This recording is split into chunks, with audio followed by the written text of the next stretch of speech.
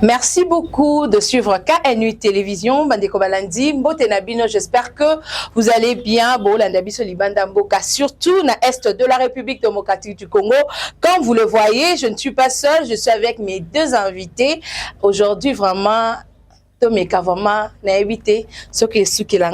soyez concentrés, partagez vraiment pour vos engatés, nous se passer en République démocratique du Congo. Je suis avec Joseph Edeba, acteur politique. Je dis bonjour et bienvenue. Bonjour maman Vanessa, bonjour à mon co-débatteur Ndekolanga Ngati, bonjour à tous les téléspectateurs de l'émission Nayo. Lelo ezali esengo na biso ya kozala awa dans l'espoir ya ko éclairer lanterne ya population mingi akokosama na ba communicateur ya pouvoir. Donc nous sommes là pour éclairer les lanternes de l'opinion na makambo etali ekola biso. Héritier Ngachi, communicateur de l'Union Sacrée. Je dis bonjour et bienvenue à toi, Héritier. Bonjour Madame Vanessa Moussao, la PCP Mbote Ndekolanga Joseph de tous les temps, de tous les jours. La TAKA comme toujours, à Longwanakati, à parti politique, on a LGBT. LGBT, Zali, association, il y a homosexuels. Parti na bango LGBT, ils ont bisa bilenge. Ndena yebisa ya longa mayoka kangate. Les autres ko éclairer lanterne opinion nega lobiango. Mais après bisa pe ba congolais, papa na ye o ya cravate rouge abatami esikanini. Azali moto justice est condamné pe akima ye après ko pesa biso pe ba information éclairer lanterne opinion. Tata na bango, papa Bukanga Lonzo, abatama isikanini. Donc, je pense que l'opinion, peut bande qu'on a vu suffisamment éclairé, mais si tata ou azali condamné la justice, isikanini abatami.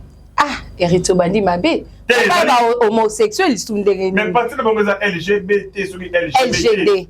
LGD. Limbisa, ça lapsis na confondre na LGBT ou ya bilo comme homosexuel. Ça presque quand tout le monde lolenge mako na kobenga kayango. Mais na pratique na comme on a été que parti politique on les ali appelé à disparaître. Oh mokolo nango azali condamné. C'est-à-dire aza condamné comme un délinquant économique et un délinquant financier. Motoyo à travers un projet à Bukanga Lonzo, comme ça Congo grenier, pour laisser Afrique, pour laisser Nini, dans un pays où 27 millions d'enfants vont souffrir na obabengi na nini na kwashiorkor, obabengi insécurité alimentaire, mais tateur ya bango a plus de 287 millions à Limoussa yango. Moi na mobali jeune, élégant, beau pe mayele à ko défendre makambo ya mou. Ya ezangitina biloko ya solo pe ya somme modèle aboy. Yango nazali toujours ko évangéliser à longwa na l'axe du mal à rejoindre l'axe du bien. L'axe du bien. Vous avez quelque chose à dire par rapport à ce qu'il a dit? Non, mais votre papa est où? Et là, comme la population, il faut retenir que avant, on pensait à l'éléphant jaune. Pour l'éléphant jaune, ça l'a raté. C'est qu'il faut être existentiellement présent dans Moutouna. Ce qui nous confondre parti politique qui est LGBT, c'est que des fois peut-être. Il faut attendre ça n'a pas Congomani ba kolanda biso ke tala ndeko na ngai ane na zaboye bino bandeko mibali bo benga ningai na za disponible pour sala mosala wana mais matali mboka na biso tata na ngai akoloba ke axe du bien de côté bango bali na pouvoir o ya détournement comme le rôle sport national ne bisiko ya linginga na landa mais kastan to yoka ki biso na bino bazuzi ya cour constitutionnel tant ba ko sambisa Mokambina biso batikali kotalisa ata mokolo moko te preuve oyo kotalisa ke mwana mboka matata punya tikala koyiba $10 ya Bukanga Lonzo nyonso wana yali complot politique orchestré na chambre noire ya IDPS na bato na bango ba M23 oyo bandeko ya Willy Ngoma bango ne mutu basali yango po batinda ba forcer biso en exil. Pourquoi? Parce que to boy ko sala mosala elongo moko na bango kasi ba kongomani bayebi que lelo oyo l'axe du mal et ali bakambia lelo o baza na incompétence moko notoire ya ko gouverner mboko yo pe ko délivrer ba résultat meilleur ya progrès ya moko na biso. Perception ni ozo sala na accord États-Unis, est-ce que ça avantage pour la biso ba congolais les cambo accord mama na koloba yo ko moko mutu ya lelo naza na posa bato ba kolanda biso na bino pa ipa bwaliawa to betela na mwa kabila maboko ata mamuke. On a dit que la Kabila Mamboko. Tshisekedi alobaki tant que ngana président Mboko yo na ko solo la kana ba rebelté. Lelo to komi wapi. Tshisekedi alobaki même soki guerre royati na liboso ya porte na ngai ya ndaku tant que na président moko na kosololaka na ba rebelle wana te.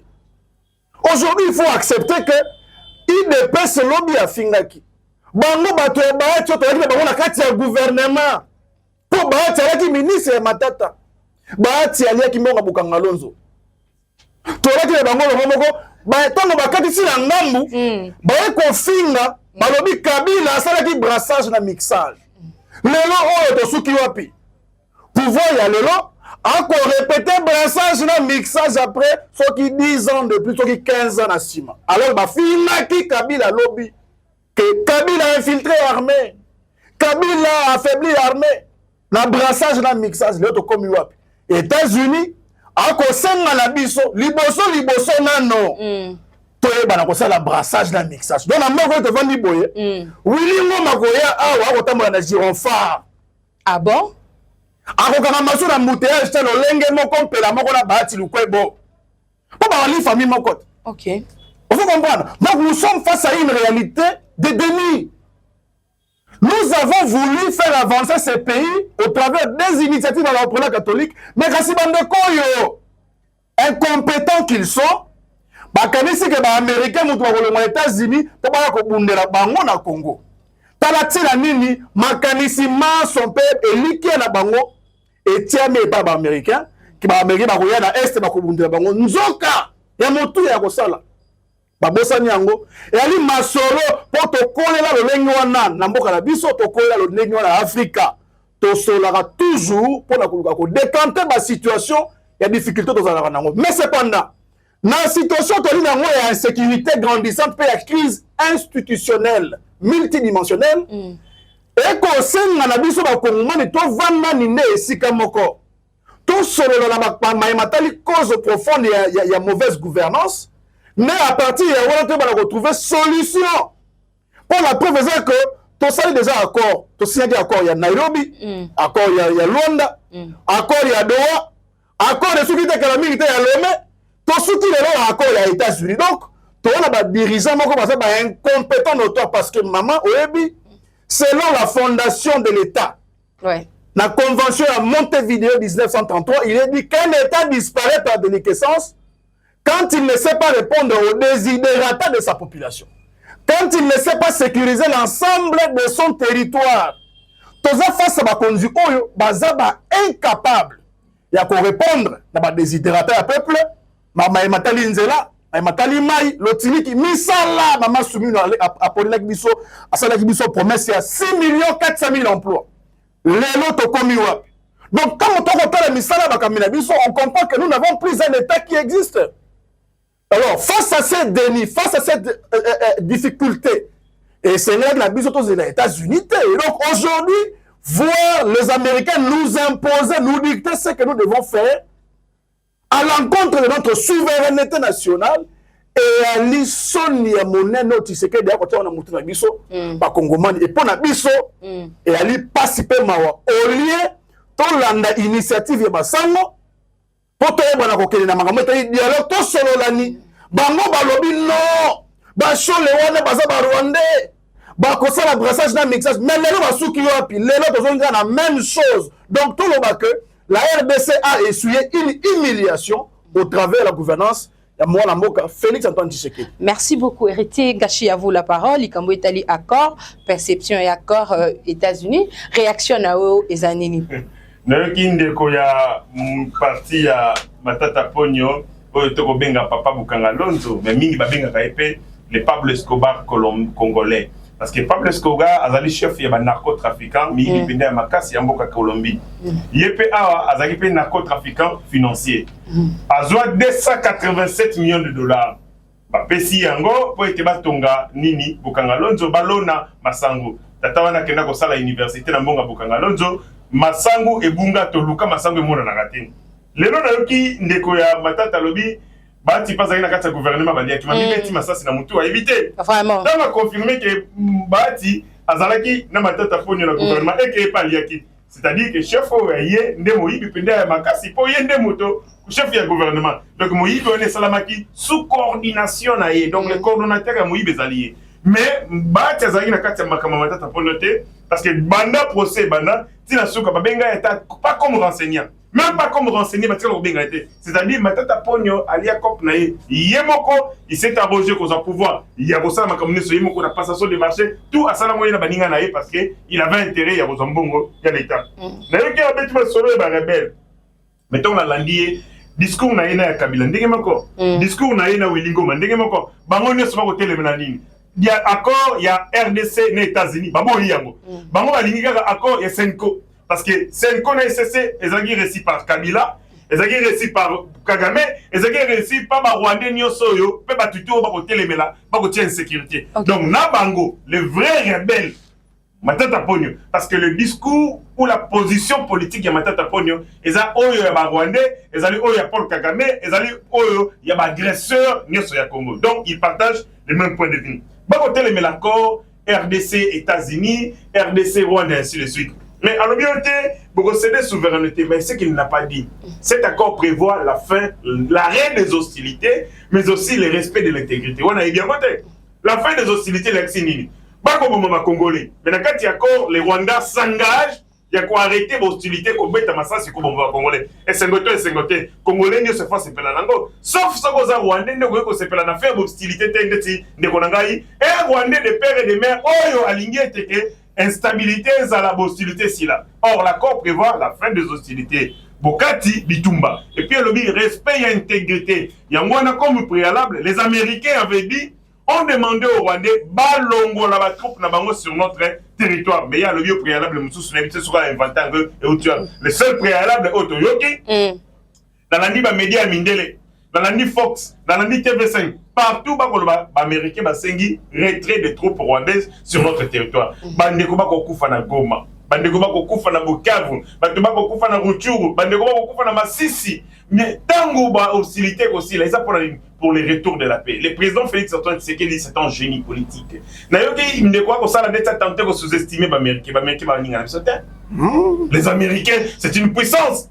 Ne connait pas dans na les mêmes bien qu'on reconnaître yango. Nenge tozali wana tozana ba pays où ezali na balance hégémonique. Ba pays lokola ba États-Unis, ba puissance.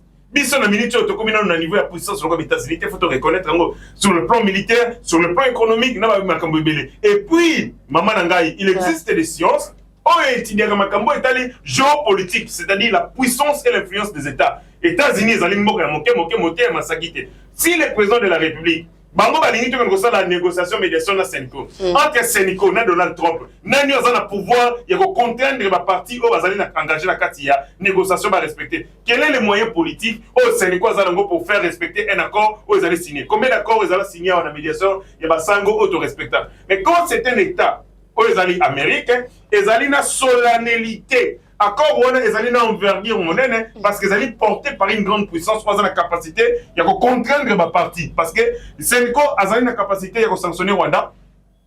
Ceux qui Rwanda se retirent d'accord, tant qu'il faut respecter l'accord. Quels sont les moyens politiques au Senko a mais les États-Unis d'Amérique ont des moyens politiques. Parce qu'ils ont retiré aide na bango na américain et na Rwanda. Parce qu'ils ont sanctionné l'autorité rwandaise qui ont des sanctions ciblées. Niati James Kabarebe, Niati ministre na bango de la défense, mais la Senko n'a pas ces moyens. Donc, tout ce qui va aventure fait un fanatisme. Cet accord signé, vous allez signer d'ici le 27, il faut avoir un million sur le côté. Maintenant, il y a un peu de toilette, ceux qui ont un accord, il y a un tindi, nani, moi, on a confiance à la TV. Donc, ça, c'est la position de Matata Ponyo.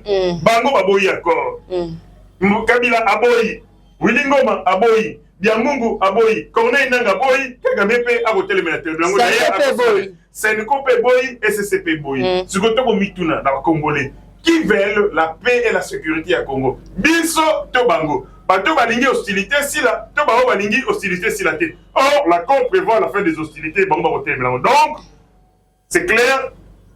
Un véritable ennemi à Moka Congo, les Alékans et Matata Ponyo. Naki ne quoi qu'on la makambu ya corruption, détournement, régime et communino. Mais Matata Ponyo, premier ministre, n'importe où naïe, Bukanga Lonjo, fiu, flop, 200 millions de dollars. 1000 écoles. Après, il y a 1000 écoles, maintenant, pour les équipes privées, chaque an, tu as combien? Bah, marché, tu as combien? Zone économique, tu as tout ça dans Manoukou. Oh, Mbongo et Bima, maintenant, tu as combien? Donc, si on parle de détournement, tu as pour toujours, parce que tu as bango, Yemoko frappé en chef. Et dans tant que premier ministre, gestion est caractérisée, n'a pas frappe.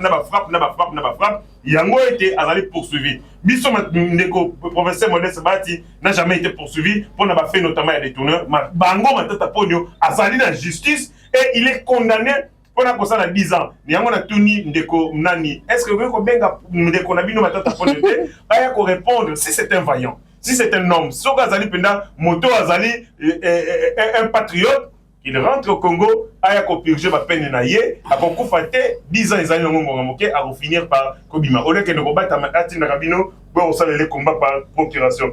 Donc, Matata Pogno, Kabila, Kagame tiennent le même discours, et c'est le même discours qu'il y a. C'est malheureux qu'un Congolais a télémélé un accord avec Robim Sabiso na Nini, na Trésor. Maman Nangaï, a minimiser les États-Unis d'Amérique.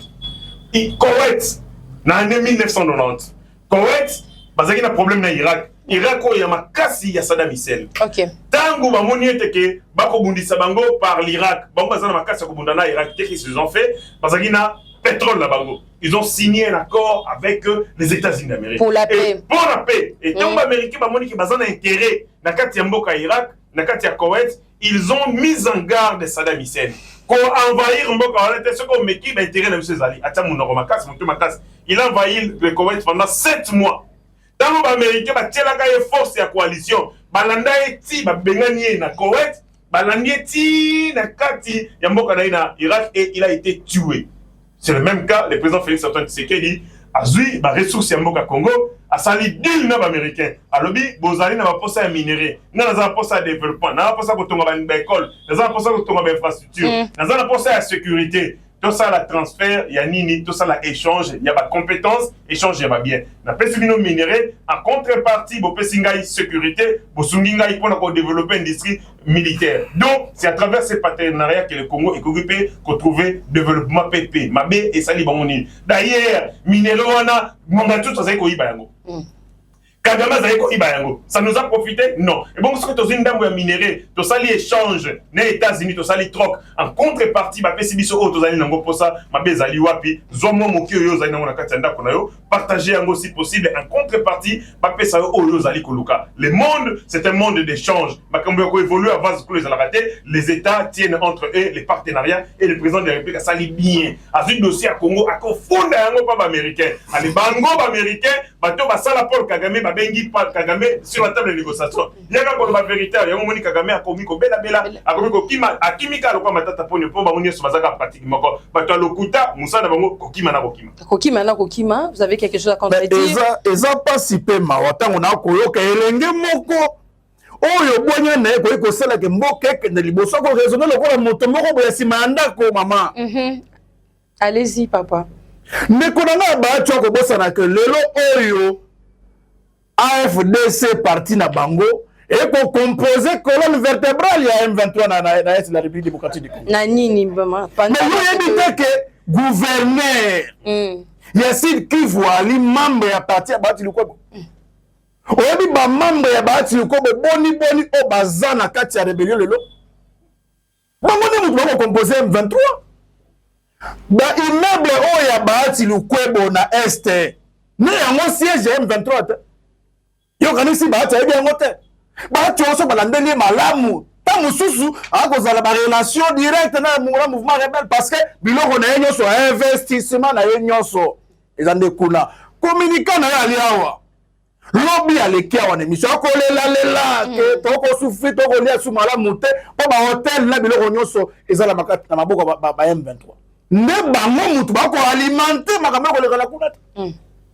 Ironie du sens ko ya na pato awa ako taxer bato na bato ba mais tala ye malamu ko mola ke yene vrai M23 parce que ils ont la partie morote politique nous représentant na moi azali gouverneur ya site Kivu to non Kivu atangela ko mona to aniye makambo na ko loba awa alobi biso ba politique et opposition biso na basango elongo moko to ko linga accord les États-Unis wana te Mais maman, alors makambo ya accord ya brassage na mixage te.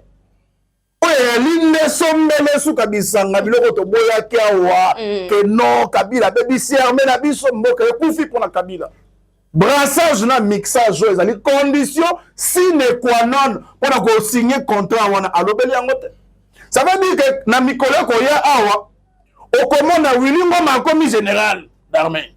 À cause na bango mais na Congo la Kisasa akotambola pela moko lokola Bemba. À cause de la nommé tant mususu lobi ministre de la défense na moko à cause ya mixage na brassage o bango baboya ki yango alors à l'époque et là qui la seule solution pour na ko maîtriser crise à l'est du pays et puis et salamaki sans avoir l'autorisation la validation de notre état maman. Nous sommes un pays souverain, nous sommes un état souverain et un état souverain gère sa sécurité sans être commandeur. C'est cela la vérité aujourd'hui. Alors, accord, on a des accords, et qu'on change la minerai à la biso. Mais nous n'avons jamais eu ces choses depuis que Congo est à la Congo. Pourquoi? Parce que les Américains sont en train d'agir comme des capitalistes. Ils s'en foutent complètement exactement, ils veulent. Non mais attendez, les Américains veulent à ce qu'il y ait la crise pour qu'ils survivent à faire un deal de minerais. Okay. Parce que sans deal de minerais, les Américains passent dans mon côté pour faire l'accord signé à un gouvernement congolais. Et ça maintenant, l'idiotie est sur le pouvoir, mais ça vous pas. Ah bon? Parce que et cette crise-là permet à ce que tout le monde soit politique et un peu à monter dans ma survivre. Rapidement, Tshisekedi na bomelo sous combien? Non mais Tshisekedi a signé accord. Accord sur le rebelle. Est-ce qu'il fallait qu'on attendre 9000 personnes, 10 000 personnes, dialogue. Parce que que tant qu'on a président de la République, on sera la clause sur mon côté de la rebelle. Après que la Goma, la Bukavu, la rebelle. Qui est en train de se moquer des Congolais? Et je dois rappeler ici que ça fait pratiquement plus de 5 mois depuis Modern Vita, ministre de la Défense, à la Ragi Bakongomane que la riposte par air, par mer, par terre, par sous-sol. Donc, c'est la riposte on a les lots. Parce que mon top ici, on a pouvoir aller pas récupérer Goma. En réalité, il est incapable. Bafira qui Marco Rubio Awa, représentant des États-Unis à Yakiawa. Ailleurs, Awa, à Kena Rwanda, ça n'est communiqué, on va finir. Mais les noms autozones, Marco Rubio, la RDC n'a aucune compétence militaire. Il y a qu'on récupère d'ici quand ils allaient occuper les lots. La preuve est que nous devons coaliser, nous devons nous entendre, nous devons discuter et faire l'intégration. Il y a un mouvement rebelle, la carte armée. Dans la Sony, il y a mon énoto comme Mango. Sur le plan militaire, à les États-Unis, Ali, mon Sarana était exactement une déco. N'habitez ceux qui ont tant de glace, non, vous avez mis les bandes pour sa cour. Il faut se rappeler que les États-Unis ont essuyé plus de l'humiliation au niveau international que de victoires. Nous rappelons l'histoire, il y a Vietnam. Les États-Unis ont essuyé une humiliation grave dans le Vietnam. Nous rappelons l'histoire, il y a Afghanistan. Les États-Unis, après 20 ans de guerre, de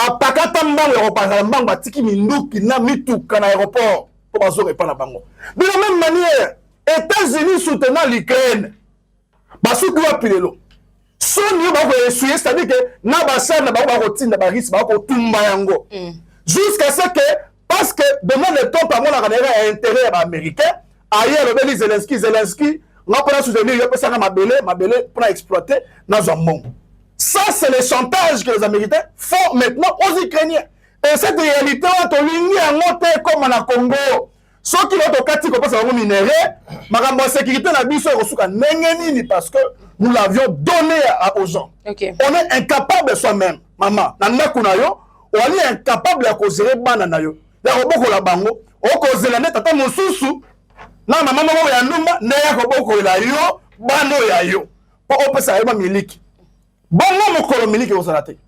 C'est ça la réflexion que les Congolais devaient avoir, mais Mawamingi peut pas si. Et ça que nous avons des jeunes au Bateki Maël na Bango.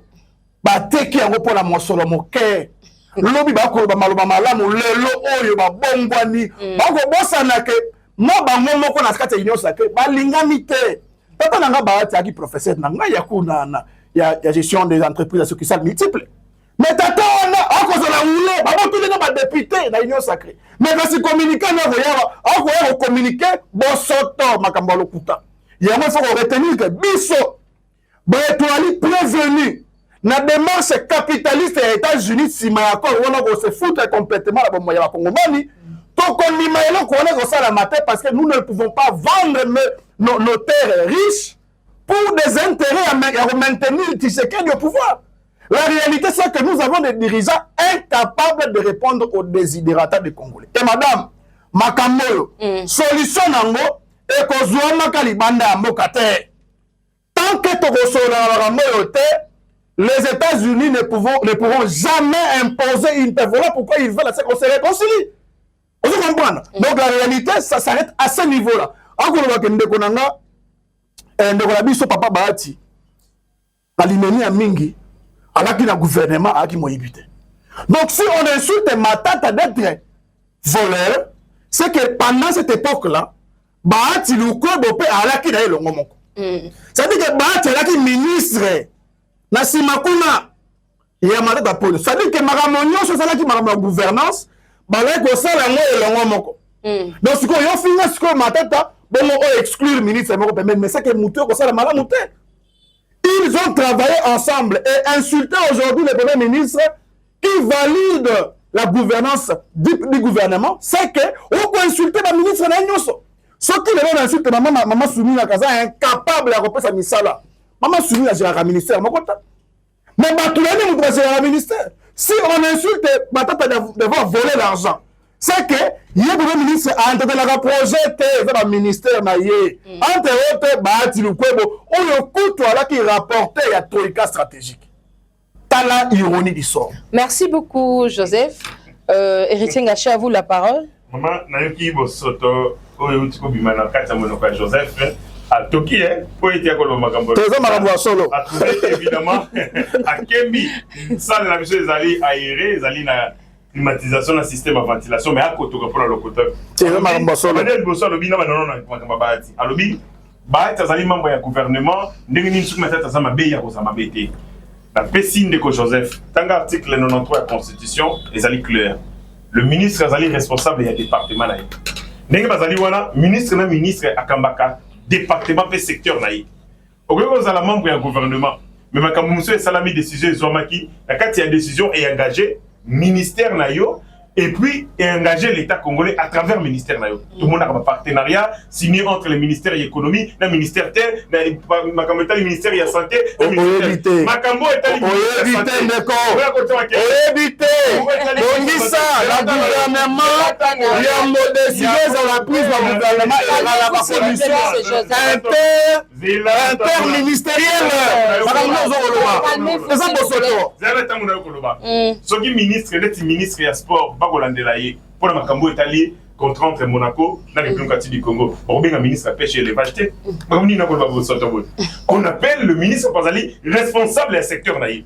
Par contre, il y a un gouvernement en accusation pour la responsabilité sur l'Italie, premier ministre, membre du gouvernement. Mais mon temps, pour les Cambo Italiens, du Soumonaye, Zayaye. Tant que maintenant, nani ne kosamu tamba ba kolanda ba nani mama soumina ba nani matata ponyo po nani Augustin nani ne komutama pour ce que lui concerne. Donc ministre na ministre azali responsable du secteur naïe. Donc oyo ko sala yé mutaza responsable nango et matata ponyo est le seul responsable du gouvernement au sala cop yé moko. Comme azali premier ministre, il a utilisé casquette naïe à chef du gouvernement pour snobber ba ninga naïe ba membre du gouvernement avec ba mwali ba soki aka no beta cop naïe pour initiative nezaki ali mbongo ba projet ni sur la tête pour ne saler na tangeli 1000 écoles. Il était prévu ba tonga 1000 écoles par an. Ce ba tonga 1000 écoles les lombe écoles goumi partout. Mais ba na suma ko tanga na ba balabala te ba ko tanga na ba et polate parce que tout simplement tous les projets de Matata Pogno n'amenaient pas de progrès, mais c'est comme par exemple enrichissement illicite dans l'université. D'ailleurs, et encore, j'ai du mal à le suivre. Un côté, il met l'accord, alors Tilombo, tu sais qu'il y a un négocier. Mais en même temps, à côté sa solution qu'on a, non, il faut tout ça en négociation à l'interne. Donc réfléchir. Nous nous réunissons à l'éternel. D'ailleurs, discours, il y a Kagame, discours il y a Rwandais. Pour les Rwandais, ce n'est pas Bango Congolais. Les Congolais sont en train d'entretuer Bango na Bango. C'est un mot Congo parce que tu le mot dans le problème de gouvernance. Donc tu le mot mutapé c'est même Petro Mandoki. Tu le mot mutatindi Paul Kagame sombela recruter Tuchina criminel. Yé mutatindi recruter Kabila. Yé mutatindi recruter Matata Ponyo. Yé mutatindi recruter Batunyoso. Donc Batunyoso va pour Boumana Est. C'est le président Félix Tshisekedi à recruter Bango. C'est quel genre de réflexion? Lui veut résoudre cette crise. Et pour résoudre la crise, Yango, accueilli par un bateau, alors vite que les militaires américains, non. Mais dans la armée, tout ça, il y a une formation, qualité, équipement. Les Américains, dans l'industrie militaire, il y a Malonga. Bazali na bebiloko ya Malonga. Bako pesa biso yango à travers des partenariats. Mais les accords militaires servent à quoi? Pour nous dire non, mais les accords militaires servent à quoi? Les accords militaires permettent évidemment, tout un accord militaire en Chine. Tous un accord militaire, non, à payer belé. Mais là, tu as un accord militaire pour la Nine, pour la formation. Maman Nangaï. On a le transfert des connaissances. Je n'aurais belé au monio, tout ça, na Congo, à part Bango, Bayana Bango, Kabila, na Matata Ponyo, la plupart d'entre eux, Batangi, une académie, voyez, militaire belge. Bah, une formation, école, il y a Belgique. Mais pendant tout ce temps-là, on a ramassé l'école au côté de son. N'est-ce pas proposer, tu as les cambouis à brassage. Mouton, abandonné au bête à balle. Ako baloko na terrain aillé. Pas bon mika ba Congolais, le commissaire général. Donc il veut détruire davantage l'armée congolaise. Il y a qu'on ramasser des gens qui ont subi aucune formation. Bakenda ni na sei, bakenda ni na kitona, ni na kibomango. Bala tapete ba koma ba konzi, ba kambelanga ba tato ba su formation ya malonga. Et là que boma armée yango wala. Mais hier le quoi azali bateau ya destruction, bateau ya désordre, bateau balingi mutu po bayiba. Ils veulent tozongi sa brassage pour que to ramasser ba Rwandais ba ko infiltrer armée na biso makamwane ko sala maté sous Félix Antoine Tshisekedi. Na yo ki alobi ya haute conditions préalables ba américain ba brassage ba bi omkoni. Tanga na mukaka comment? C'est otangi na hote. Préalable ligne. Otangi na hote. Ligne kolaksani. Otangi na hote. Préalable ligne kolaksani. Otangi na hote. Préalable ligne kolaksani ba condition o ezali non ya liboso avant to que nous signer les cambo. Ce qui a le préalable ezali brassage. To signer non accord, tu ça la brassage ngeni. Sans accord. Accord ezala na kati accord ndé boko ko le brassage. Les préalables les alignés. Et ça va biloko boko ça là de part et d'autre de deux parties pour être beau assurer garantie à confiance. Il y a un cas préalable, il y a la troupe. Quand on a la troupe rwandaise, et c'est un accord. Et c'est un accord, c'est commandement parté. Mais dans les Cambodges, il y a brassage, il faut qu'on étudie. Batango, Bakokota, Bazali combien? Bazana Gradini, Bokota, Mongosegani. Ça, il faut être discuté dans le cadre d'accord. Donc, il parle que préalable. Donc, avant de signer accord, mais bon, ici déjà, Bakokota, l'armée, Bakokota, comment tu identifies ma groupe Bokota? Donc, il n'y a aucun préalable, ma Cambo, Italie, il y a brassage. D'ailleurs, l'État congolais est formel et beau, il y a des cambouis à brassage. Et le Parlement congolais est élevé dans le et que ça, la maca, t'es biso tant que tu es dirigé. Mais ma cambo est allé à Tina, c'est-à-dire quoi?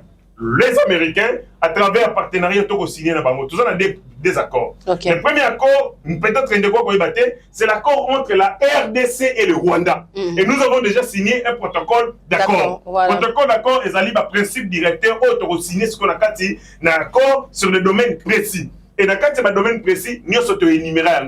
Donc il y aura l'accord. Et dans cet accord, Rwanda peut s'engager. Nako boma sous na Congo. Est-ce que c'est noté? Nako respecter l'intégrité à Congo. Bon, malingini. Donc bon, malingi Rwanda continue à envahir Bisso. Malingi Rwanda continue à bombarder les Congolais. Donc pour la Bango et Sengo, Yangwana. Mais quand le Rwanda est prêt à signer, à s'engager, que je ne tuerai plus au Congo, je vais respecter l'intégrité du territoire congolais. Nako kenoko taso na ndako na Bango te. Mabeza liwapi. Mais c'est ce que nous cherchons. Bon, malingini, tu as fait un Senko. Si tu as fait un Senko, tu as signé un accord. Il y a un monde qui pour que la crise soit congolisée. C'est-à-dire, pour que la responsabilité à Paul Kagame na Katia Makambo. Et comment? Et là, on ça que les Congolais va koufa parce qu'ils ont la crise interne. Mais tant qu'on a la crise interne, et bon, M23, Nana Sali Bango, Nana Kotinda Bango. Donc, et comme ils Congolais, donc pour eux, d'après leur logique, ceux qui vont beaucoup na Katia Congo, ils ont Félix Tshisekedi. Comme si yende mutu abandonne la sécurité yango, yende a créé yango, yende entretenir yango. Or, la sécurité est datée depuis longtemps. Donc les causes de l'insécurité sont ailleurs.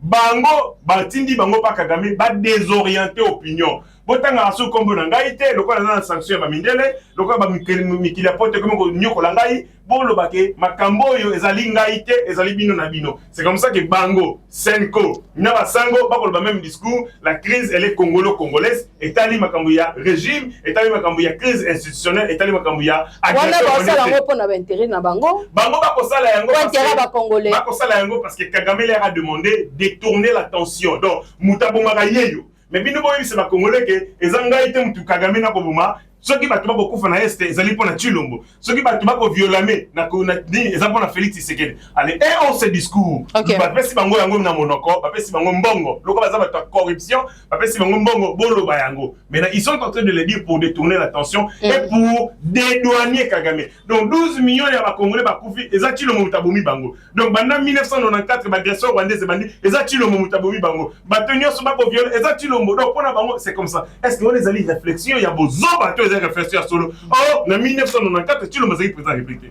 ayo kuma mukonza moko na 1900 na 2019 donc batu nyonso o bakufi avant wana yemta boma bango donc ça c'est la réflexion ya matata ponyo la réalité est simple ils ont été payés comme ils travaillent ce sont des proxys du Rwanda azambana misala Paul Kagame a réussi bango dans votre discours faut vous dédouaner bolongola na kati ya ngambo boloba ite que crise oyo ekosala na est ya Congo ezali pona gouvernance pona gestion boko na résoudre entre bango na bango la sanction contre Kagame bango bako plaider ekoya po Kagame te mutazo ko boma d'après mayele na bango mutako boma na ezali Chilombo soki ye moko Chilombo bango alinga négocier na Kagame non ko négocier na Kagame te yako ko négocier na biso na kati parce que crise ezali congolais c'est qu'ils sont en train de faire certains jeux dangereux les Congolais va comprendre banani ba très ba Congolais ba yebi banani baza côté na bango biso toza côté à peuple congolais et sont en train de travailler pour des causes mais aussi pour des intérêts du Rwanda. Est-ce que accord on est ma victoire je devais débat maman accord et même ma victoire tant on a ko elenge mobali oyo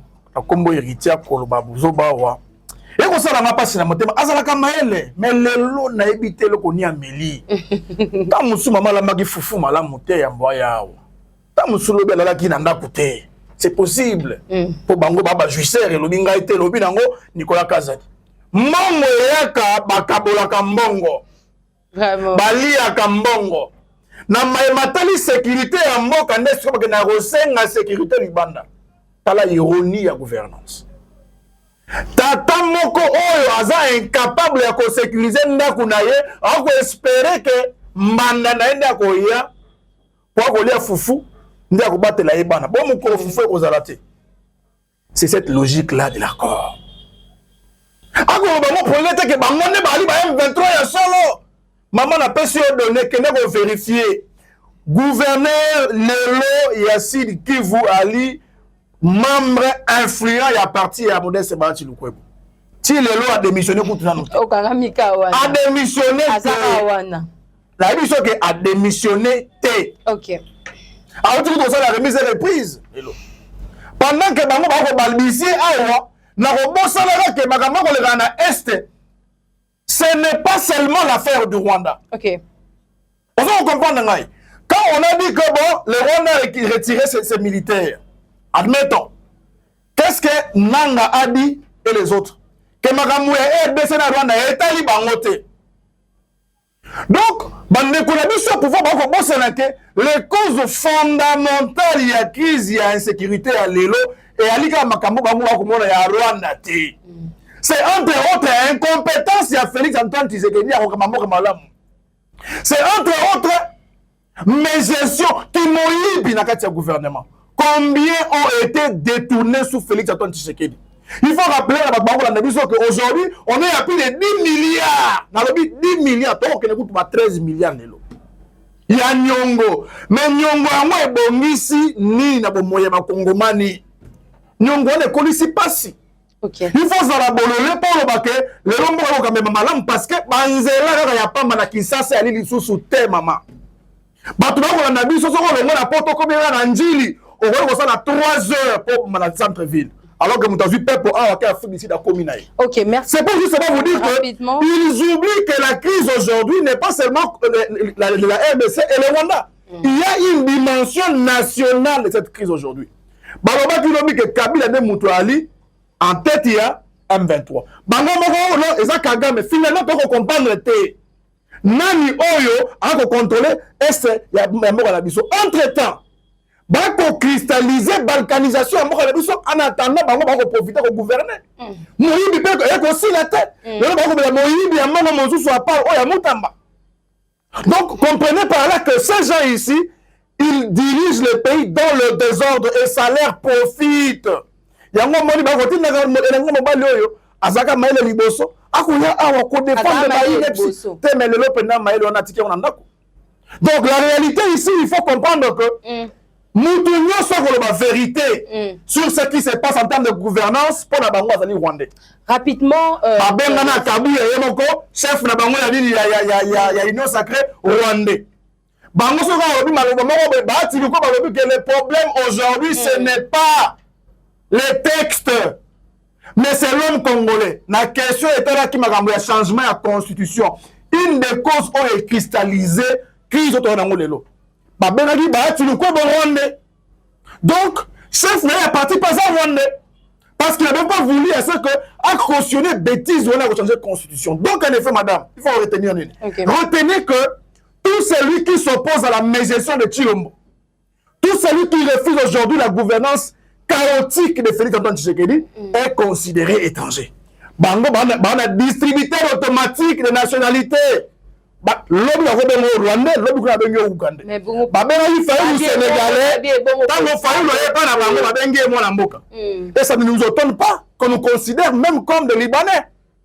On comprend le moment. Donc, voilà. La réalité aujourd'hui est que nous avons des dirigeants fantaisistes, incapables de diriger et de délivrer des résultats de gouvernance. Talati la mine, toko zolonga la kakawana, au accord, tokei la doa. Oh accord toké na Lomé. Oh accord toké na finalement bangolais ba comprendre que moto yo aza mutu ya maseke ebele. Moi aussi meya mala muté. Na dossier ya Rwanda na AFC tembe na biso. O Angola mi longo na problème mona. À cause ya malignité ba dirigeant na biso. Aujourd'hui les grands pantins eza nani. Si eza muto ko na malmené dans l'espoir qu'il va passer à échanger en là, vous traitez les chefs de l'État de Pantin? Non, mais le chef de l'État a dit qu'il ne discutera pas avec les Pantins tant qu'il est là pour délivrer des résultats. Ouais. Maintenant, là, est-ce qu'il est en mesure de délivrer une stratégie de gouvernance qui ramène la paix, qui restaure la paix du pays? Ce qui est américain. Mais dans l'américain, il n'y a aucune garantie, maman. N'a pas sur 3 exemples patents. Dans l'Amérique a suivi humiliation. Mais l'humiliation, on a été dans l'image des États-Unis, au superpuissance. Aujourd'hui, en Israël, en Iran, on voit que les États-Unis, Amérique, est-ce que ça va apporter la solution? Si ce n'est pas la crise autour de le problème, c'est que nous avons des dirigeants incompétents. Maintenant, espoir n'a pas commis les États-Unis. Si les États-Unis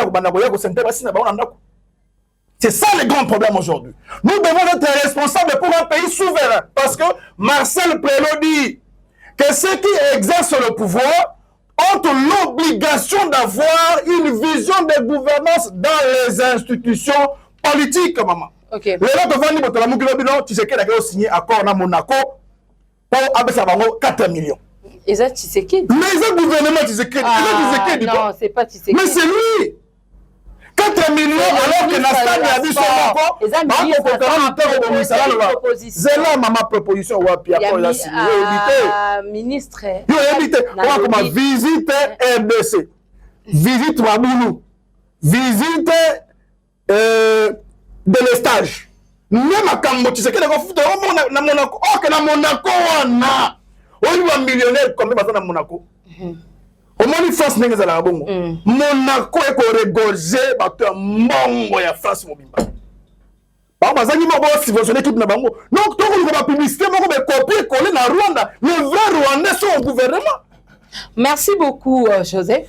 Héritier Ngaché, vous avez la parole. Nayoki Ndeko Joseph, la boye qui fait ma camonnaie à Bozobo à Lobaki, mais à revenir sur ça, insister pour le Mango.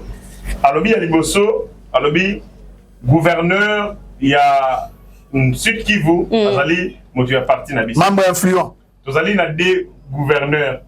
Biso ba Congolais, gouverneur na biso, ya Sud Kivu comme na Jean-Jacques Pourouzi. Azali qui est reçu par les présidents de la République lobby. Oh ya lobby za gouverneur na bango ba Rwandais ko bango ba Tchaki et gouverneur na bango ba Tchaki wana ya bango ba Rwandais na matata ponyo ce gouverneur azaka ayaka pa na biso na parti asalaka 4 mois idée na ye azalaka to komisa ye candidat gouverneur mais tant que moni passé na ye etamboli na ye to moni azo opportuniste to boyaki pour incarner ba valeur na biso te ayeko longwa ayeko postuler comme candidat ya parti mususu donc to kena maponami ya Sud Kivu parmi muto a telemena ki candidat ya biso ya parti ezali muto wana et puis to gagner donc to gagner to keina ye na ba contentieux électoraux na cour d'appel ya Bukavu donc akendaki ko bundisa candidat na biso akendaki ko telemena candidat na biso mais biso to longaka ye siko ye mwana mobali yo loko azali na information ya lokuta même information ya mukuse ou soit ces informations selon bango na république na bango basali kuna ya ba terroriste pour la bango gouverneur yiwana or les gouverneurs ya AFDC a été reçu par le président de la république lobby Jean-Jacques Puruzi bureau na yeza na Ituri loko la Bukavu ezali occupé ati bureau na ina Ituri c'est là azali ko gouverner province Petumba et ko pesa mokonza mboka situation en ligne de front ndenge mapinga bako bunda bako résister mokonza mboka pesi pe ba orientation pe ba assurance que tokozonga pe tokozongela ba territoire na biso occupé par l'ennemi akolo makamuni alobi makambu ya ba investissement alobi tokolela mais soki place wana ezali biso toko contrôler ngo gouverneur ezaki ya biso tokolela pwani ozomona place maele la eza kuse alobi gouverneur ya bino mais soki gouverneur za ya biso ba investissement na biso tokolela pona nini mais tokolela parce que muto azawana za ennemi na biso muto akokipe azali kotelemela biso babotoli ba hotel ya professeur Modeste bandako na ye ndako oyo ya fandaka na Katana donc bila village na ye natal c'est l'un des rares politiciens oyo na mboka na ye avant ndako biso bakenda kolala na ba hotel ya na ndako ya ye ndako na ye ba Rwandais ya M23 ba attaquer yango ba saccager yango bitumbe bundami makasi na ba wazalendo mokolo wana na pesa sunda kisa moko ministre intérieur ya gouvernement provincial ya Sud Kivu Alefoka Mike yende mokonzi ba wazalendo c'est notre ministre yende chef mokonzi bene ba wazalendo Foka Mike il a été autuko zala na kini kala mingi bazina professeur Modeste ba autuko ya baye donc bato bako sala bako subir ba perte lourde à cause de l'occupation rwandaise ezali biso to ko zana bangote to liyo kana bangote biso zali ba nationaliste zali pemina ba congolais to tikala ko simba mandoki banda mokete le professeur Modeste Bati asilika ala nzala aliate balongola ina gouvernement ba humilier ndenge Kabila salaka yango jamais le professeur Modeste Bati n'a participé avec l'ennemi jamais asima mandoki pour etabundisa mboka Congo etikala ko sala mate mais bango momo eloko moke mbangu yiwana kimi ndenge tozali bongo ne soyons pas rassurés toka moite tozala surprise bongo na matata ponyo na ba M23 toka moite on a quoi Sabino je vous avais dit que matata ponyo a fouillé en Belgique et bongo Belgique ezali nini quartier général na Europe il y a M23 dans la Belgique c'est là-bas qu'on procède à recrutement qu'est-ce qui est reporté toka moite que tout le monde mon collègue Elandi matata ponyo assassiné Kabila to ndeko ko bayango mazai ko batama mais ko bombe si lité ko mibimisa matata ponyo pe atika ko mibomba abimi bimisa lokola Jean-Jacques Mamba abimi bimisa lokola ba congolais nyoso de mauvaise qualité oyo va décider ko bongo bandeko na bango pona nini pona ba intérêt na bango alors likambuya mais gestion Abi crise ezali likambu ya Rwanda te ezali likambu ya biso na biso mais nanga bota milelo abzimi nuki milelo mais va Rwanda zo nanga zo minute bazako boma ça veut dire même si pour résoudre nanga avant nanga le problème subsiste parce que ça au-delà nanga et ça là avant nanga même si vous solez nanga même si vous négociez na ye problème aussi la tête parce que on a commencé à tuer avant nanga donc nanga n'est qu'une partie na kati ya problème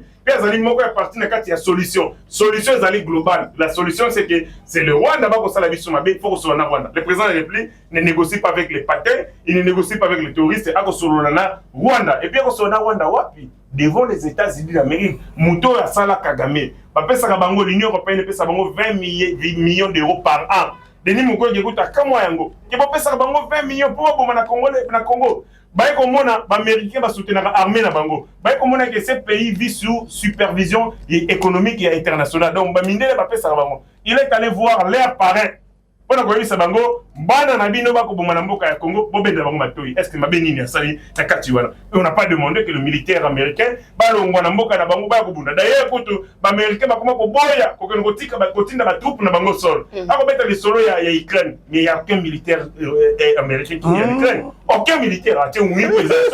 Bakotinda kaka banini, bakotinda matériel.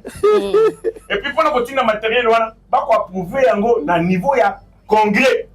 Tant on va discuter dans le Sénat, on va dire bon, donc, les Américains sont venus en Ukraine se battre. Ils sont en train d'envoyer des munitions,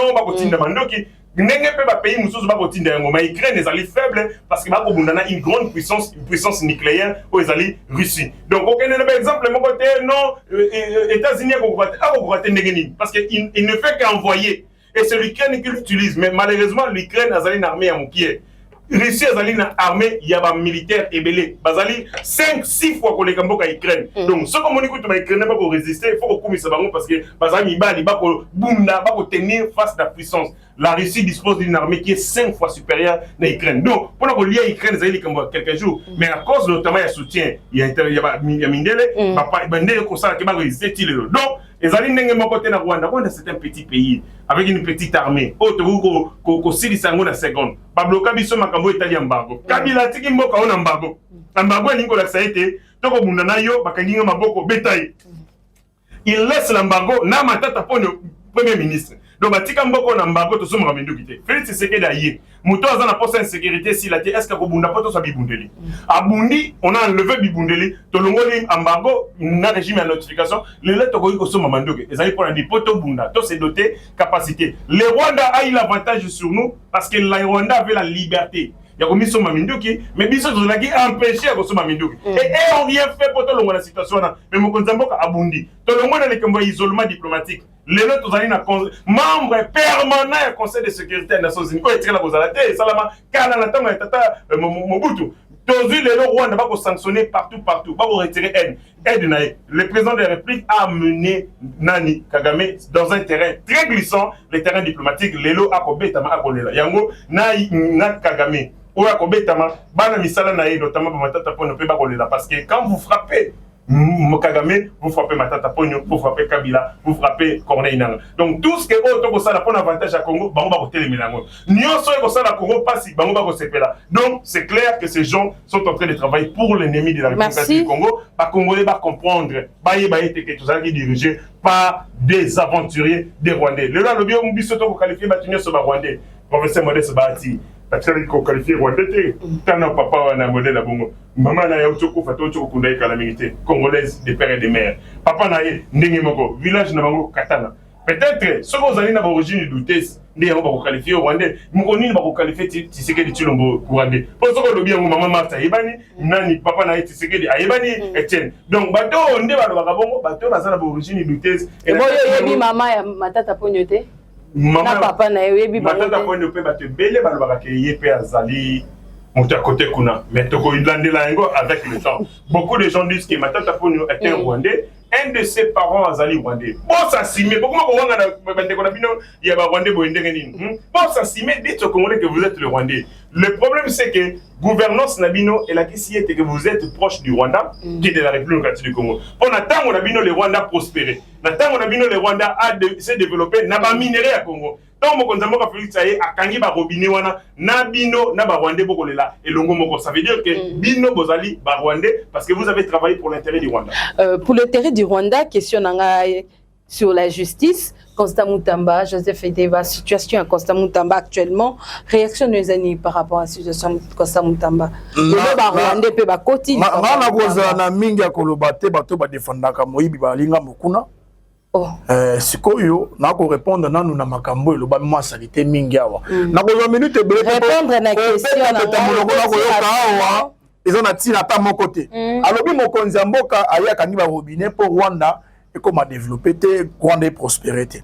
Nani oya kenaye ko pesa autorisation ba tonga usine ya raffinerie ya or na Rwanda. Kabila. Nani oya tina ki émissaire na ye akena ko luka carnet d'adresse. Kabila. Il faut que la personne ne konanga itango boko ba makambo ya salité na plateau ye. Nani oyo esaki Kagame na mboko yo malgré makambo nyonso baboma bato ebele. Tolo bata bongo. Na stade de martyr babetele maboko yo nani oboya Kagame. Kabila. Nani okotina mwasi na mokolo chaque fois le mois mbala moko akena kotika na minere na Rwanda nani? Kabila. Buka Soni. Buka Soni. Nani atindaki kamera kena kopesa kado ya bangombe ebele na mwana ya James Kabarebe. Tanga balaki. Tolo la Soni na makambo to koloba. Bino mutu bo sanctifier le Rwanda. Bino mutu bo komisi Rwanda yo super puissance. Bino mutu oyo soki Rwanda balongo ya kombo ya Rwanda boko ebele ko nina koloba te. So balongo kombo ya Rwanda balongo kombo ya Kabila na ko gérer banda kuna bino boko sala ngoti. C'est la réalité aujourd'hui mais cependant on se pose la question ba Rwanda yo basala bato nini pour aliéner bango tellement que ils ne peuvent que parler de leur nom. Basala bango nini. Un petit pays. Oh, avec vous, du point de vue démographique, Moninga a été la province de Moussoussou. Avec une armée qui compte 33 000 hommes seulement. Maintenant, Rwanda Nenge a BBC Mitua Bato à Nyoso. Donc, quand on de la Rwanda, on dirait Moka Morobo ya Mounene le Congo. Les gens se lamentent, les gouvernements actuels se lamentent. Maman la Makambo est allé état. Pandeko ba la raté, qui bonne ko la raté. Israël a bâti Iran. Iran a zone ici. A zela quitté autorisation soit aux États-Unis, soit validation à Russie, a zone ici lié proportionnellement par rapport à menace naï. Talandenge ba état et fonctionne ka yangoana. Mais jusqu'à aujourd'hui, tout le monde attend mon Colombo côté Rwanda kota na guerre ouverte na RDC. To Congo asi ya bombarda Kigali. Kiseki na kaki biso la campagne électorale ke akoye ko bwaka bomba parti ya Goma to ko atteindre Kigali wana. Maloba wana ya pamba. Kino lelo ata bombo mo ko na Kigali. Aujourd'hui nous avons des dirigeants plaintifs au même titre que la population. Ba ebele ko ba ko sala ta pa ki moyimbi na ko bola mongo le bana ko Nicolas Kazadi. On se retrouver face à des réalités on ne sait pas par où nous sommes en train de partir. La finalité Zanini. Bato bako kosa Félix Antoine Tshisekedi lelo. Azolo malaka pembele ba décision mo na tinate alors que le peuple est en train de souffrir davantage et ali bande ko na héritier oyo. Lokuta ya ba Maradona. Parce que y a Kabila. Lelo bayembi Kabila lobi butu. Héritier Yemba Kabila. Ayemba Kabila papa. Oh. Ayemba Kabila. Ah bon? Ayembi Kabila. Lelo bakobina Tshisekedi, lomba okoma na matata. Bakoyemba ye. Muto liboso ko sala émission pour kumisa matata ne héritier ko mona pembeni yao. Parce que le lengi na bango yali ya kolanda ba valeur te. Ba valeur républicaine ko sala ke moko te liboso ba yebi ya monte. Donc aujourd'hui na dossier Maraboteli Mutamba. Ndeko na ngai elenge Mutamba asali ba erreur mingi. Erreur na ye liboso et ali ko wa populariser ba ambition na politique na ko clasher ka batu. Nous n'avons jamais eu dans un pays comme la RDC un ministre de justice ou ça la meeting politique liboso ya temple ya justice ya mboka na biso. Jamais. Nous n'avons jamais eu un ministre de justice. Oh, on a quatre la chef du gouvernement. Il y a détournement. Et puis, on a soumis une paix. Na faiblesse, on a incompétence. Na mabaya na qui toko aye. Oh non, sur le détournement, ce sont des hérésies qui déterminent et qui qualifient aujourd'hui les niveaux très bas de nos institutions. Jusqu'à ce que détourne bon. La preuve est qu'il y a un acte de détournement. Il y a ici l'Assemblée nationale elle était pas autorisée par la Cour de cassation et la ministre Moutamba. C'est parce qu'il y a eu des orientations et un monde où enseigné la question de la Moussala X. Pas de Moussala Y. Pas d'un compte privé. Il y a une entreprise et un gars dans la foi qui fonctionner, madame. Le lot, mon collègue de dans la zone. Il y a Kimi Mango. Donc, malgré le populisme, il y a des gens qui ont été mongo. Pour mongo, c'est déjà akoka on a héritier ngati ye aliaka mboka mutamba yango kotambola sikoyo kobongisa image ya mutamba mais toyebi kene toza boye asi a démissionné et c'est ça la règle mutamba populisme bomie mutamba lioyo po ayiba mbongo malamu amemi bango na état généraux ya justice oubliant que tosalaki ba état généraux ya justice en 2015 résolution nyonso wana esi etiama na mosala eloko moko. Merci beaucoup Joseph. Maman Maman Vanessa, nayoki Iran, Israël.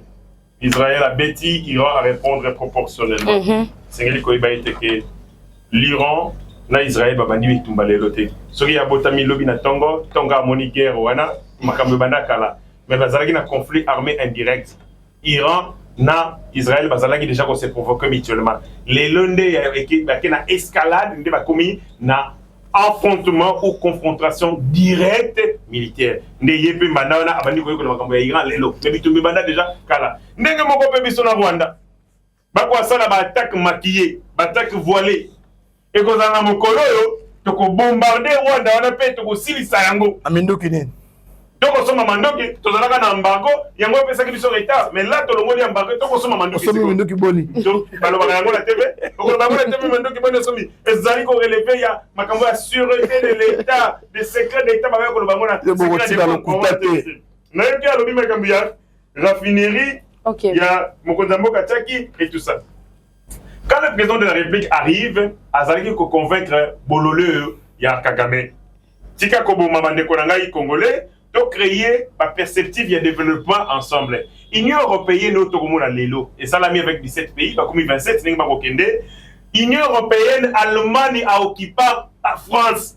Donc Allemagne est attaqué France qui a occupé France. Nenge Rwanda ko sala a occupé partie du territoire na biso. Maintenant au président Félix Tshisekedi a dit Kobomana tikino wapi. Tout ensemble, Mayele, Bozio et Abissonio supposent se développer ma béni na salaki. C'est comme ça qu'il a approché Kagame, Koyana et Atinamboka, pour être ni Kolongo la haine wana, Kolongo la boyini wana pour que tout développe ensemble. Mais malheureusement, Azon Liboma, Azon Ngulu, Ayana et Koto, Asokoma Malamote, Azon Lina et Poto, ma béni de salaki.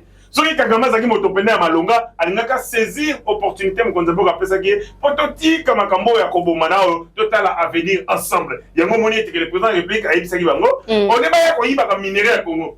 Mieux vaut raffinerie et Rwanda, ça veut dire quoi? On exploite les minerais en République du Congo. Bah Rwandais, ceux qui passent un carnet d'adresse comme le président de la République l'avait dit, ils allaient pas être accroître les chaînes de valeur. C'est-à-dire quoi? Ils ont produit minerais, ils ont exploité. Ils ont produit minerais comment tu crées Libango. Et Bino peut contribuer avec la technologie, mais aussi avec l'industrie à raffinage. Comme ça, biso to kozambongo na biso ya exploitation ya minerai, bino boko sope mbongo ya bino ya mayelo boko tisi pona raffinerie ba bezali wa. Donc kozambongo c'est une initiative moko malamu, mais malheureusement après ça qui ngo bololé on a comprendre te. Na yo ki bima kambo ya moi si to ko makambo ya débat ya l'état, débat politique ay makambo ko sente basia. Ya lingi makambo mbetu makasi tia ina ngara makambo ya débat politique. Na ye awa bi bazalaki na Kabila. Ngana kotikala kozana Kabila te. Soki na moni ngai na Kabila se ezanga ite eza moto mosusu. Ngai loko ayi bibi. Ayi politique na ngati ngala te vi na ngabo bimba na telemela Kabila tina suka. Na ye ko rejoindre parti ya Bokonzi professeur Modeste Bati tango makaboni na Kabila. Tango akomi na président Félix Tshisekedi na bi ngonga malamu yango yo ya kozana tata. Avant ngana salaka na professeur Modeste Bati te. Même tant que tozali na kata coalition FCC cash. Mais Zaka Geno Nazala côté la coalition peut être la Kabila. Même dans la coalition, on m'appelait pour me dire tika ko attaquer Kabila. Tous en ensemble ngabi etalingate na linga mo mobalioti. Donc je n'ai jamais soutenu Kabila contrairement à Bino muto bolzala na ye et le lobo pour défendre ye. Alors bi batumia sur la Congo oyo ba ko télé la Félix c'est que ba ko benga ye Rwandais. Mais musique ba benga Rwandais te. Mais tous ali na divergence de ba de pied. Tous la divergence la pesio ka moko. Naina dossier Constant Mutamba bini Constant Mutamba Moyibi mais banda ko benga papa na Moyibi parce que il a condamné Mutamba n'est pas encore condamné. Mutamba a été il y a eu des autorisations de poursuite et il est mis en accusation. Yozali avocat autant qu'il est à droite notion de présomption d'innocence mukolo batenga ngoza comme la masangata aux la classe parce que muto ba fundi azali ko jouer na présomption d'innocence asa condamné mais yo avocat on le TV que Mouta Maza Mouibi, alors qu'il n'est pas encore établi en fait et en droit Kaïbi. So yom créa sur le temps avocat, 5 ans à campus au salaire de Moussalani. Mais il est condamné par une décision. Il y a justice, une décision définitive. Décision définitive. Et puis, c'est la décision de la Cour constitutionnelle. Une décision est immédiatement applicable, donc exécutoire. Donc, on va condamné pour vol. Parce que la décision Cour constitutionnelle, mais hier, on se permet de luxe. Il a été jugé en premier ressort. Donc, il a été jugé. C'est une deuxième fois, il doit juger et trancher. Il a la même Cour de fois. Donc, la Cour constitutionnelle a violé la propre constitution pour servir les raisons politiques du pouvoir. Monsieur Joseph, il faut qu'on s'aime la Cour constitutionnelle est une juridiction spécialisée. Parce que dans le Congo, tu as juridiction d'ordre judiciaire, la juridiction d'ordre administratif. Juridiction d'ordre judiciaire est kambami na likolo par la Cour de cassation. Juridiction d'ordre administratif, les alliés, bongo Conseil d'État. Cour constitutionnelle, les alliés, juridiction spécialisée. Il y a intervenir dans la matière misato. Il y a liboso constitutionnalité à mibeko, c'est-à-dire les alliés juges constitutionnels. Il y a mis les juges électifs pour la macambo étalib élection, qu'on valide ma candidature, qu'on paie sa décision définitive. Et puis il y a mis ça tout, les alliés juge pénal, il y a président de la République et premier ministre. Tant qu'on s'ambi sa premier ministre et président de la République, qu'on s'ambi sa en premier et en dernier ressort. Donc jugement on les alliés à libella et l'ongwakate. Bon mata, bon kita, mata tapon nazali moyibi, décision ya Cour constitutionnelle ezali wana, on est confirmé ki moyibi oyaye. Moto azali moyibi, ya parti politique ya moyibi, après qu'on a courage ya kobamba libanga na constamment tamba. Na émission likambo ya Yesu, amoni Pierre na Etienne, atuni bango, akotuna likambo ya mwasi ya ndumba na salaki yango te. Soko salaki yango te bamba libanga. Na tuni mutamata ponyo soko yibagete bamba libanga na konsamo tamba po moyibo ya bino ezali na décision en justice o ya mutamba na ebimite ako kozala pe akite ako kende kuna pe boye makambo bafundi ebimite mais yo avocat oko yeba ko te notion de présomption d'innocence que soki mutafunda mi la cité kaza condamné mais o ya bino zala condamné moyibi il y a 285 millions de dollars wana okoloba yango te mutamba azali victime ya acharnement na kati o bato bakangisi mutamba bato pe matata pone bazali po na tango ya matata pone ndeni bato matata pone boza mais matata pone azana kande ya constant mutamba ndenge rete na ngongo ya komi ministre de justice ndazali condamné parce que feyeto e bandi le lotek ko bandela kotika tonga mutamba koti et tumbo abundi contre ba détourneur ya deniers publics la carte de bango matata pone c'est sous nani mutamba ke matata pone a été jugé condamné na yango wana batu ya munani ya matata pone balingaka mutamba te soki mabeyeli mutamba bango fo ba sepela pona nini alia tata ya bango ya muyibi na tango azalaki ministre de la justice. Donc ce sont des bonnes guerres.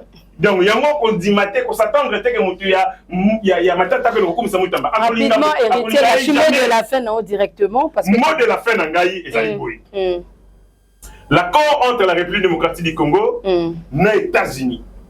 Mais accord entre la République démocratique du Congo na Rwanda pas battre ça la mélange. Accord ya Congo na États-Unis ezali économique. Paix sécuritaire. Accord entre Rwanda na Congo ezali accord de paix. Pour qui m'y kota fin des hostilités.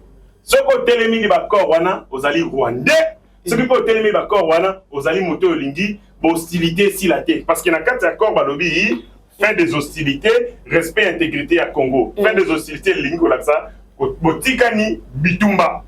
Respect intégrité lingo ba intégré ba rwandais ba kota sur le territoire na bisoté. Ce ko boyi accord et ben yo lingi ba congolais ba kufa ba ndeko ba za la violer ba mama ba za la violer. Alors ba congolais tribunal ya histoire na tribunal ya Nzambe pe ya bato eko jujaka yo pour na libela. Donc bato lokola matata ponyo, bato lokola bakabila l'histoire eko juger bango.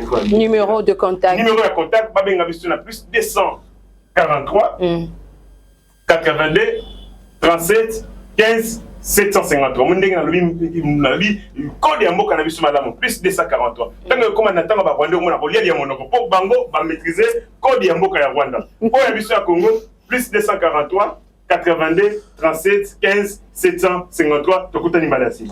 Joseph, mot de la fin et puis numéro de contact nayo.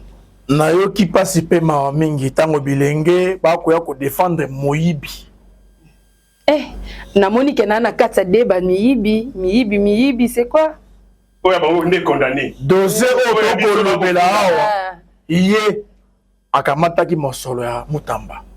Po aya ko défendre. Tolo bangata bongo fitir moyibi. Mais oya bino moyibi à présent. Oh, si on commande ma plateau à télévision, bah on peut se rendre mosolo ya moke. Mosolo on peut mingi te moke. Po ya ko défendre salité. Jeune alingi moko la bisota. Soki elengi alaki na mayele, okoki koya na dato o défendre ki moyibi oyo. Ba député ba vonaki na commission ba examiner yango. Mais ba lever immunité ya Mutamba. Ya biso président atikala ata mokolo moko te. Comment na ba immunité na ezala lever pour asambisama oboso ba bazuzi. Ya biso bakamati constitution ya mboka. Batie yango na se babwaki banyati po balingaki kaka bozo mutu ya matata na sena nakozongala ko ayebi te à l'époque azalaki na kosokola mutu kaka bayati lukwebo ma politique alaki na kati te sena etikala ta mokolo moko te kolongola baimmunité matata poni na makambo etali dossier bukanga londo. Parce que organe par excellence de délibération, la carte y a assemblée, la Sénat et dans la carte plénière. Moukolo compte que c'est à l'époque procureur par la Cour constitutionnelle, aya qui la demande nae, ba sénateur ba boya.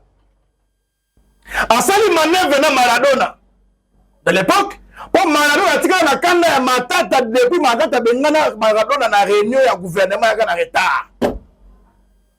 Abengana ilokola mwana moke kanda wana ifale kaka avancer yemba moko mais ayoko sana nzetango ba sénateur ba ke vacances parlementaires abonga mina bureau na ela lombangu asali ni enlever immunité matata na dossier ya bien zairianisé mais na dossier wana ya bien zairianisé to suka na ngwapi ba procureur asenga matata pardon limbisa ngai or que ezalaki na oka fenêtre mo ba fungolaki ko basala nini ba attaquer la absence de sénateur dossier on a beaucoup. De la fin, alors il faut retenir que dans les dossiers Matata on lui reproche d'être associé à un groupe de gens qui ont détourné l'argent. Nous colons côté parce qu'elle éclaircir au besoin de la population que Matata a eu $100.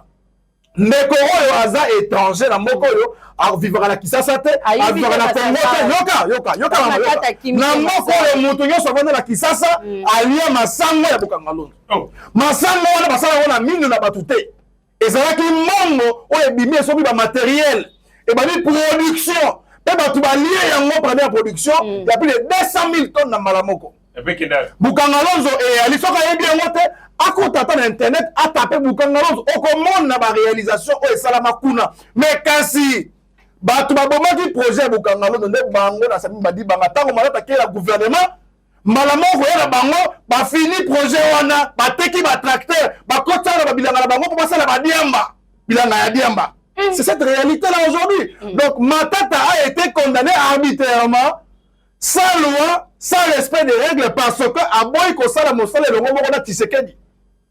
C'est cela aujourd'hui. Pour ça, on va dire qu'il y a un exil, il y a un exil, pour quitter la langue, on va faire rebelle. Mais hier, il y a un justice, c'était. Donc, il y a un mais les il faut le il est où? Maman, tu es sans liberté de la mission pour la protéger par l'État. Donc, l'État, il faut que mission bisikani a bombé Matata. Depuis Moukolo, arrête, ça m'a dit. Matata Ponyo Azalaki, la carte ya plénière. La carte ya plénière, le va qui va immunité na été, ala qui wana a la télévision le rôle ngana yo. Mais na simana, bazuye bali musée ba tela carte la. Pour kino lelo, l'État il faut y ba que sale blague azana Belgique. Atali sabiso bisika na ali. Merci merci tonton ici la porte. Malobana ya suka ya liboye. Bientôt baba. Ba kongomone ba ko na biso ba que numéro de contact. Numéro de contact. oyaki barwandais akobanga kopesa numéro na ye nga congolais napesi numéro nakobanga moto moko numéro na ngai eza ya 085 plus 242 omoni barwandais 61 620 numéro na ngai ya telefone yango wana na WhatsApp kokoki kobenga ngai 43 eza Congo code ya mboka moni code ya Rwanda ndenge koti na mutu. Merci à Francis Capene ainsi que tonton Dako. D'ici là, portez-vous bien. À bientôt. Bye.